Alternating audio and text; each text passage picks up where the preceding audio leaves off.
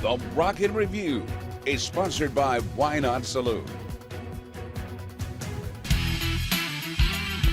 We're so thrilled to have on the show Grammy-nominated singer, songwriter. You've probably heard her songs, even if you didn't know it.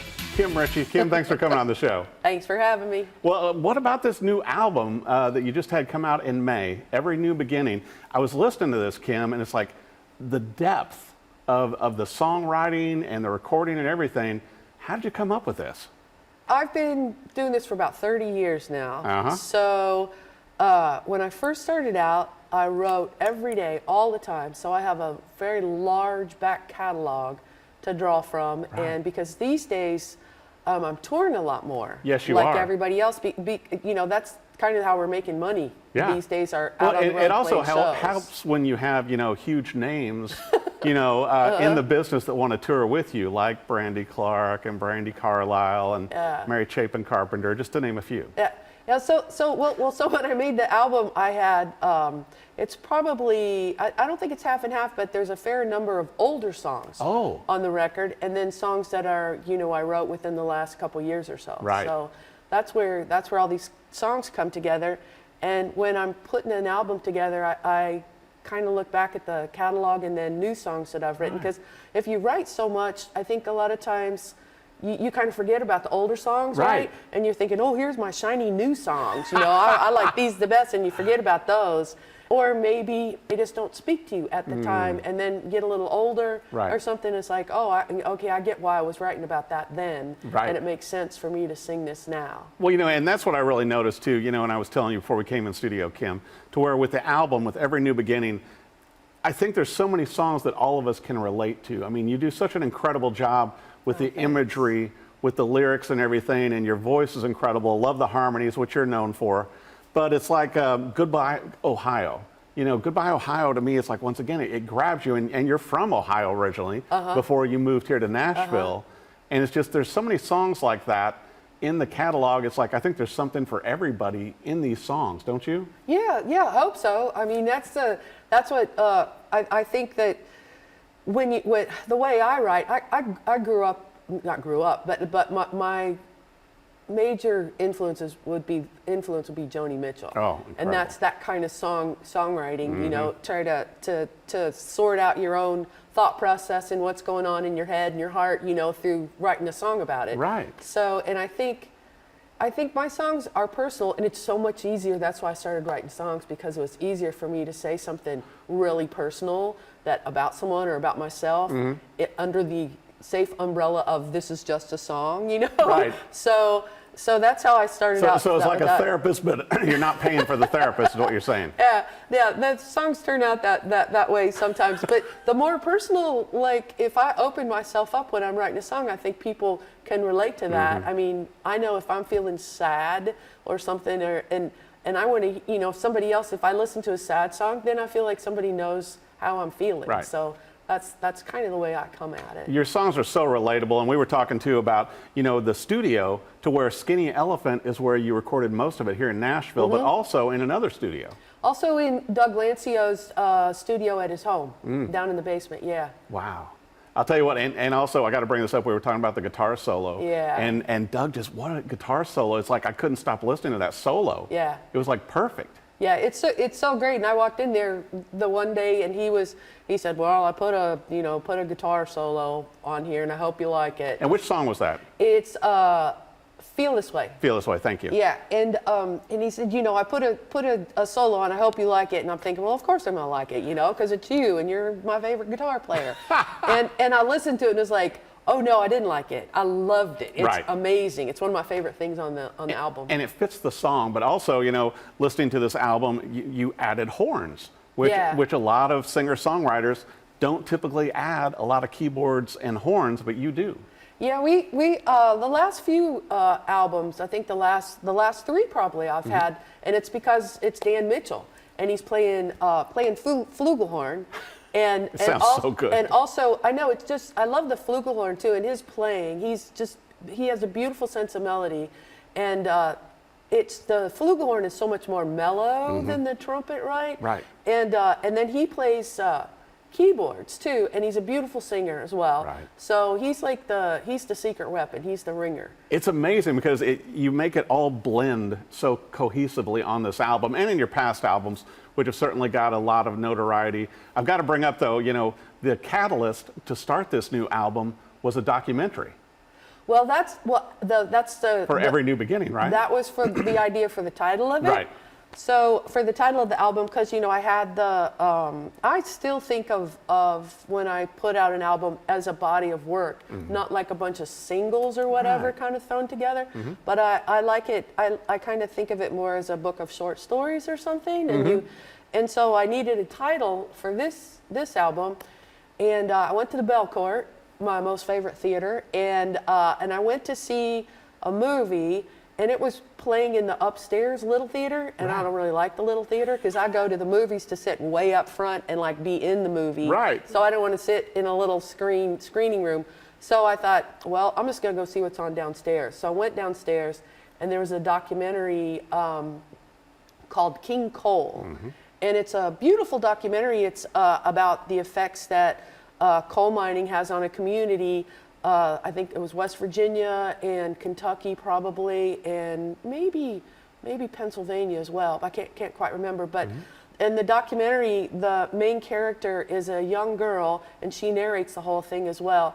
And at the beginning, there's a funeral procession out in the country, and she says something like, "My dad, you know, says that every new beginning starts with an end." And so I thought, oh my gosh, thanks, I'll have that. I'm glad I came down here. But you know, I'm not sure at this point, like if I'm gonna make another record really.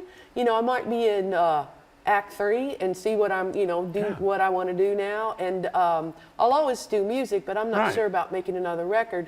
So I kind of looked at this like, you know, in a positive way. I think that can be a positive thing, that, you know, when something ends, that's hopefully the beginning of something else. Right. Well, I certainly hope you continue to write and perform. I got to bring this up, too, to where some of our viewers may not know this, Kim, but you've had a few big artists record your songs and have #1 hits also, including Radney Foster, Trisha Yearwood, Chapin Carpenter, you know, Brooks and Dunn.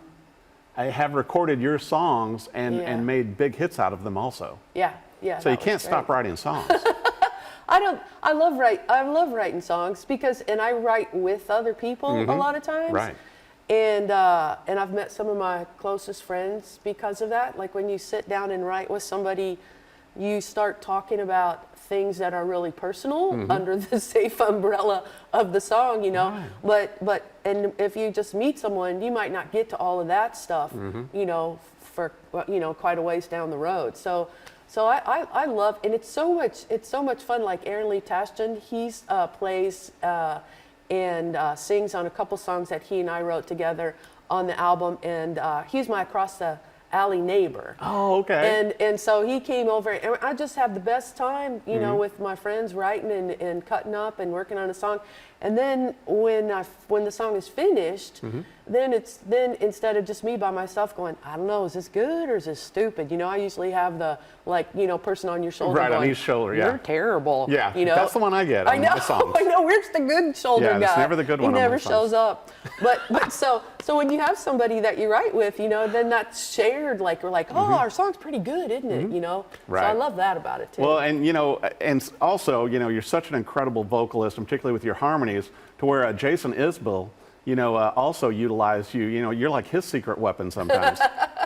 Right? I got like to on sing Southeastern? on Southeastern a couple different songs. I got there, and I sang on one song, and then they both said, okay, what else can we have her sing on? So I got to sing on 2. Wow. And but I also he played, you know, at the Ryman. He played the album Southeastern, so I got to come 2 nights and sing with him in the band on those couple songs. How incredible was that? That was so much fun. His band is fantastic. He's fantastic. He's a great guy. And yeah, so it was really pretty fantastic. Such a great artist. Well, and obviously appreciating you. I've got to bring up too, you know, one of those big life moments for you this past January. in Mexico at the Girls Just Wanna Festival, and you're on stage, sharing the stage with other big songwriters, such as, Brandy Clark, Brandy Carlisle, Mary Chapin Carpenter, and they're singing your song back to you, right? The whole crowd was. It was crazy. I mean, how many people were at this festival? There were thousands. There were thousands. They're singing on, I have a song called I'm All Right, and there's all these people out there doing the hand wave and singing along. And it was so funny because I was telling somebody about the festival, and I didn't really know what to expect when I got there. Well, you were telling me when you were, booked for it, you're thinking, oh, this is not going to go so well. Well, just because, solo acoustic, in front of a whole big audience. But so I got there, and they always have a surprise guest. And I didn't know who the surprise guest was. And I walked into rehearsal for, you have to sing an 80s song, because they have 80s ladies, night, and everybody sings a song. And so I walked into rehearsal, and there was Annie Lennox. Oh my God. I know, and so I just started crying. That was it, right off the bat. It's like, it's Annie Lennox. I mean, Annie Lennox, they're Eurythmics. I know. Come on. And then Wendy and Lisa are there, and I got to talk to Wendy, and I was like, "You're so nice," and I'm crying again. And then when we played our set, the audience was so. I mean, it was so emotional because the audience was so fantastic. And both Chapin and I, we just sat up there and cried, and then we'd have to pull it together when it was our turn to sing. But when we weren't singing, we were crying. What a great experience! Though. Oh, it was really pretty fantastic. Yeah, and just showcasing so much, female talent, together in one place. I mean, yeah, both of those Brandys are so generous. Like Brandy Clark came up with that idea. And Brandy Carlisle has always been great to me, like name checking me and everything. Right. And she does that with a lot of different artists, bringing people up. What a huge compliment. This and great. you and I were talking also, because we can't have a conversation about songwriting and everything without talking guitars a little bit. But your main guitars are Gibson and Epiphone, and those Gibson. are and that's your favorite. Which the Epiphone you have essentially Gibson anyway. But so that's your main your main two guitars, right? Yeah, I love those the guitars, both of those, and I also have another Gibson that I leave over in the UK that I played at a NAMM show. I think I played a NAMM show for Gibson one year, years and years ago, and they gave you a guitar for playing. And I remember I'm pretty on time or early, and so I got there before anybody else did. And there was just this huge area with guitar. You would have lost your mind. That's my dream. Yeah, you would have lost your mind. There was this huge area of guitar cases, guitars and cases just open. And so I got first pick. So I went all around and I found this guitar that I loved, and I carried it with me, like even into the bathroom stall, because people were eyeing my guitar. and so I have this guitar, and I leave it over in the UK because I go over there, every year and play and stuff, and it's at a friend's house. But that's a great guitar too. And I found out, went to a guitar show one time. I was talking to the Gibson people, and the head luthier guy was there, and it turned out that was a one-off that he had made. Gosh. And it sounds fantastic. Spoke to you. Well, I've got to make sure for our viewers also, and you're going to be playing a lot of festivals. You're playing the WMOT, the album release, June 26th.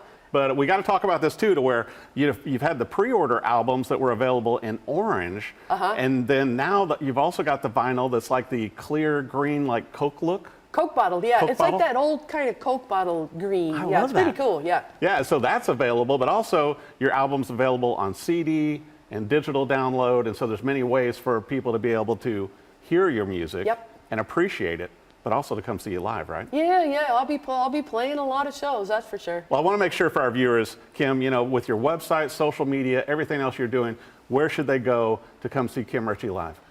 Well, my website is www.kimrichey, of course, and my last name is spelled R-I-C-H-E-Y. So, and then I'm on all the other, usual suspects, Twitter, Facebook, and Instagram. Right. So you can find me at any of those places. And also, go see her live. Check the website and the social media for that. Also, I got to tell you, with every new beginning, however you consume music, I certainly recommend you get this on vinyl. It's worthy of a deep listen. All of these songs and the textures, I just think you're going to enjoy it as much as I do. It's a great body of work. I certainly hope this is not your last album. You're only 30 years into this career. Come on. You know? I mean, you know, after coming out of Ohio to Nashville, I think you're on a pretty good roll. I'm doing okay. We'll see what happens. This could work out for you. Thanks, Eric. Kim Richey, thank you so much for coming on the show. Congratulations on an amazing album. Every New Beginning is out now. Be sure and check it out and go see Kim live. Thank you.